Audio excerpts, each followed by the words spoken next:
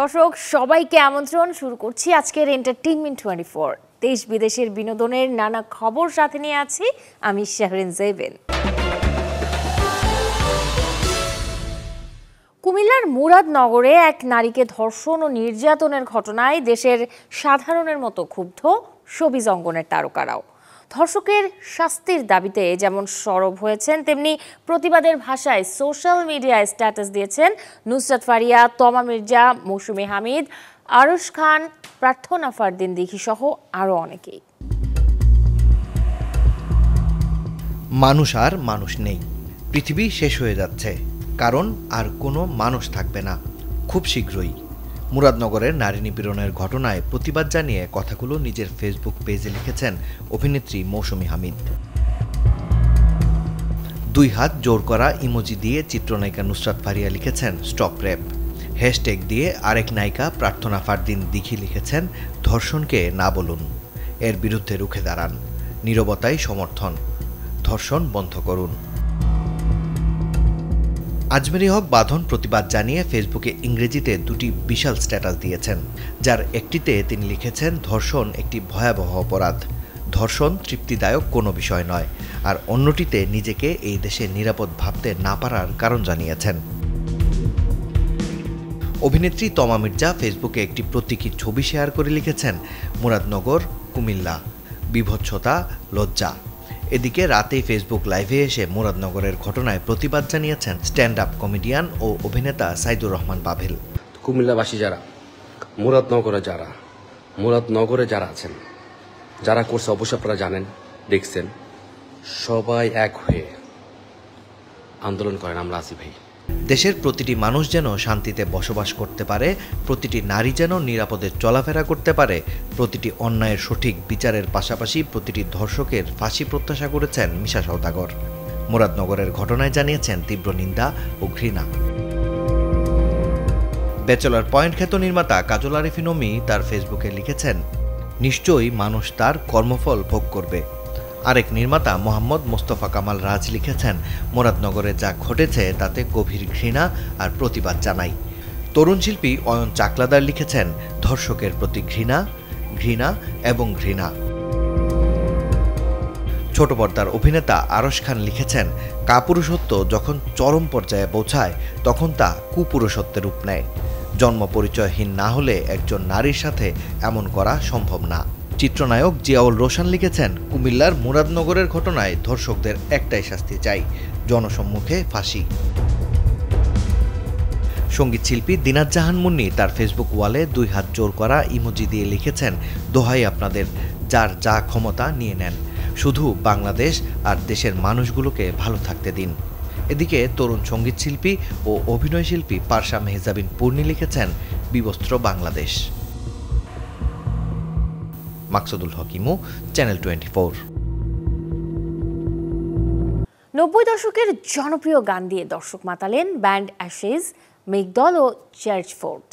পুয়েট graduate ক্লাবের সহযোগিতায় এই অনুষ্ঠানটির আয়োজন করে সেই ব্যান্ড। শনিবার সন্ধ্যায় চার্চফোর্ডের জনপ্রিয় ইংরেজি গানের মধ্য দিয়ে শুরু হয় কনসার্ট। তারপর মঞ্চে ওঠেন মা, বাবা ও 3 কন্যার ব্যান্ড অ্যাশেজ। বয়সে তরুণ হলেও তাদের গানের তালিকায় ছিল 90 দশকের বেশ কিছু জনপ্রিয় গান। বাংলা গানের পাশাপাশি তারাও পরিবেশন করেন বেশ কিছু ইংরেজি গান। অনুষ্ঠানের শেষটা হয় মেঘদলের গান দিয়ে।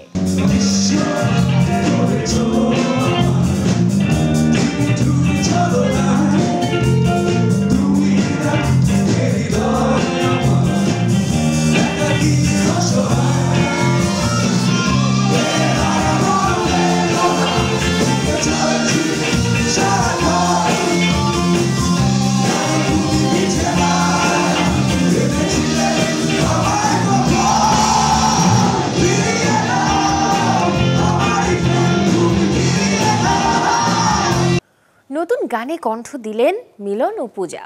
তুমি সাধনা শিরোনামের গানটির কথাও সুর করেছেন মামুন আফনান রুমি। এরই মধ্যে শেষ হয়েছে এই গানটির মিউজিক ভিডিওর নির্মাণ। এর আগে তোমায় ছেড়ে এবং কি করে বোঝায় শিরোনামের 2টি দ্বৈত গানে কণ্ঠ দিয়েছিলেন মিলন ও পূজা। তাদের তৃতীয় গান তুমি সাধনা মূলত রোমান্টিক কথায় তৈরি। নতুন এই গানটিতে কণ্ঠ দেবার পাশাপাশি এর মিউজিক ভিডিওতে শতাব্দীর সাথে মডেল হয়েছেন শিল্পী মিলন। জাপানে যখন পুরস্কার জিতল বাংলাদেশের ছবি নীলপদ্ম, তখন কাজানে আমন্ত্রণ পেল মাস্তুল। একদিকে যখন মা হারালেন ব্যান্ড তারকা তুহিন, তখন অন্যদিকে মা হওয়ার খবর দিলেন বলিউড অভিনেত্রী ইলিয়ানা। দেশ বিদেশের এমন সব খবর নিয়েই দর্শক থাকছে এবারে ডেস্ক রিপোর্ট। নিউ ইয়র্কে সুচিত্রা সেন আন্তর্জাতিক বাংলা চলচ্চিত্র উৎসবে ওয়ার্ল্ড প্রিমিয়ার হওয়া নীলপদ্ম পুরস্কৃত হয়েছে টোকিও লিফট অফ চলচ্চিত্র উৎসবে। নির্মাতা তৌফিক ইলাহি জানান, দৌলতদিয়ার যৌনকর্মীদের জীবন, সামাজিক পরিচয় ও অধিকারের গল্প নিয়ে নির্মিত তার সিনেমাটি সেরা ফিচার ফিল্ম হিসেবে পুরস্কার জিতেছে। 5 সেপ্টেম্বর থেকে শুরু হতে যাওয়া 21তম কাজান আন্তর্জাতিক চলচ্চিত্র উৎসবে আমন্ত্রণ পেয়েছে বাংলাদেশি ছবি মাস্তুল। তবে মূল প্রতিযোগিতা বিভাগে নয়, বিশেষ বিভাগে নির্বাচিত হয়েছে নুরুজ্জামান পরিচালিত সিনেমাটি। জলে ভাসমান জাহাজিদের গল্প নিয়ে নির্মিত হয়েছে মাস্তুল। মা হারালেন ব্যান্ড আভাসের ভোকাল তানজির তুহিন। শনিবার সকালে ঢাকার নিজ বাসায় এই সঙ্গীত শিল্পীর মা ডাক্তার বেগম শামসুন নাহার শেষ নিঃশ্বাস ত্যাগ করেন। মৃত্যুকালে তার বয়স হয়েছিল 83 বছর। দ্বিতীয়বারের মতো মা হলেন বলিউড অভিনেত্রী ইলিয়ানা ডিক্রুজ। তার কোল জুড়ে ছেলে সন্তান আসার খবরটি নিজেই জানিয়েছেন সামাজিক যোগাযোগ মাধ্যমে। প্রথম সন্তান কোয়া ফিনিক্স ডোলানের পর ইলিয়ানা ডিক্রুজ ও মাইকেল ডোনাল্ড দম্পতি তাদের ছেলের নাম রেখেছেন কিয়ানু রাফে ডোলান। নিজের আপকামিং মুভি কুলি দিয়ে রেকর্ড গড়লেন দক্ষিণ ভারতের সুপারস্টার রজনীকান্ত। তামিল সিনেমার ইতিহাসে মুক্তির আগেই সর্বোচ্চ আয় করা সিনেমার মালিক হয়েছেন এই থালাইভা। তামিল সিনেমার ইতিহাসে বিশ্বব্যাপী সর্বোচ্চ গ্রসার সিনেমার মালিক রজনীকান্ত। তার এই সাফল্যের মুকুটে যোগ হলো আরও একটি পালক। মুক্তির অপেক্ষায় থাকা তার কুলি তামিল সিনেমার আগের সব রেকর্ড ভেঙে সর্বোচ্চ প্রি রিলিজ বিজনেস করতে যাচ্ছে। 350 কোটি রুপি বাজেটের এই চলচ্চিত্রটি দিয়ে মুক্তির আগেই প্রযোজকের পকেটে ঢুকছে 500 কোটি রুপির বেশি। ছবিতে দেবা চরিত্রে পর্দায় হাজির হবেন রজনীকান্ত। লোকেশ কানাগরাজ পরিচালিত সিনেমাটিতে আরও অভিনয় করেছেন নাগার্জুন, শ্রুতি হাসান, উপেন্দ্র, সত্যরাজের মতো শিল্পীরা। এছাড়াও কেমিও চরিত্রে দেখা যাবে আমির খান ও পূজা হেগড়েকে। 74 বছর বয়সী এই তারকার ছবি কুলি মুক্তি পাবে এবছরের 14 আগস্ট। 43 বছর বয়স পূর্ণ হওয়ার আগেই পৃথিবী ছেড়েছেন বলিউডের শেফালি জারিওয়ালা। তার এমন আকস্মিক মৃত্যু মনে করিয়ে দিল বলিউডের আরেক প্রয়াত সিদ্ধার্থ শুক্লাকে। 42 বছর পূর্ণ হওয়ার আগেই যিনি পাড়ি দিয়েছেন না ফেরার দেশে। 27 জুন আকস্মিক হৃদরোগে আক্রান্ত হয়ে মারা যান শেফালি। তার মৃত্যুর 4 বছর আগে পৃথিবী ছাড়েন সাবেক প্রেমিক সিদ্ধার্থ শুক্লা। তাদের এমন মৃত্যুতে হৃদরোগে আক্রান্ত হয়ে বিটাউনে অল্প বয়সে প্রাণ হারানোর তালিকাটা যেন আরও দীর্ঘ হলো। নিয়মিত শরীর চর্চায় অভ্যস্ত, ফিটনেস সচেতন সিদ্ধার্থেরও মৃত্যুর কারণ ছিল শেফালির মতোই কার্ডিয়াক অ্যারেস্ট। সিদ্ধার্থ শেফালি দুজনেই ছিলেন বিগ বস 13 প্রতিযোগী। যদিও এই আয়োজনে অংশ নেয়ার প্রায় 1.5 দশক আগে সম্পর্কে ছিলেন তারা। প্রাক্তন প্রেমিক প্রেমিকা হলেও শোয়ে দুজনের মধ্যে ছিল যথেষ্ট সৌহার্দ্যপূর্ণ সম্পর্ক। 2002 সালে ভারতের গুজরাটের মন্দিরে হয়েছিল এক ভয়ঙ্কর জঙ্গি হামলা।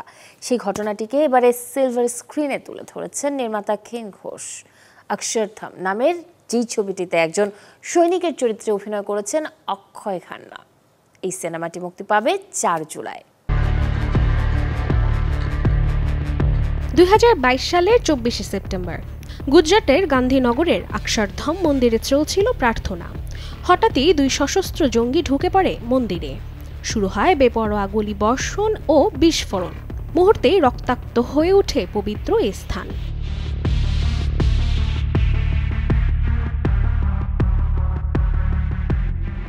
নিহতের পাশাপাশি আহত হন শতাধিক। গোটা মন্দিরের চত্বর পরিণত হয় এক রণক্ষেত্রে, যেখানে আতঙ্কে স্তব্ধ দেশবাসী। আর ঠিক তখনই কেন্দ্রীয় সরকার সিদ্ধান্ত নেয় এই ঘটনার জবাব দিতে হবে কঠোরভাবে।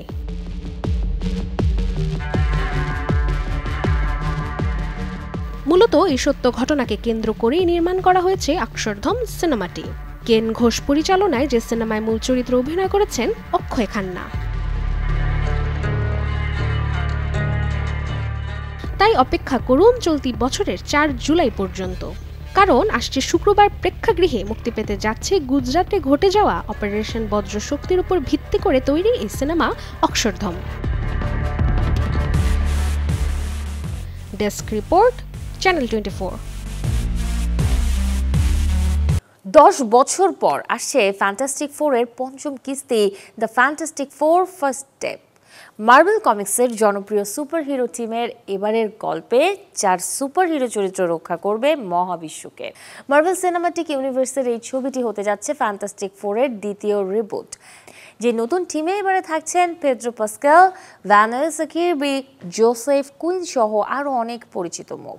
সিনেমার গল্প নিয়ে যাবে 1960-এর দশকের রেট্রো ফিউচারিস্টিক এক বিকল্প দুনিয়ায়, যেখানে ফ্যান্টাস্টিক ফোরকে লড়তে হবে এক গ্রহ খাদক মহাশক্তির বিরুদ্ধে। ম্যাট শাকম্যান পরিচালিত এই সিনেমাটি ওয়াল্ট ডিজনি স্টুডিওজের ব্যানারে মুক্তি পাচ্ছে চলতি বছরের 25 জুলাই। এই ছিল আজকের এন্টারটেইনমেন্ট 24 এর আয়োজনে। দর্শক, আগামী 1 জুলাই থেকে ভিন্নভাবে হাজির হব আমি শেভরিন জেবিন। থাকবে বিনোদনের সব রকম আপডেট, সাথে থাকবে লাইফস্টাইলের নানা খবর। দেখতে চোখ রাখুন চ্যানেল 24 এর পর্দায়।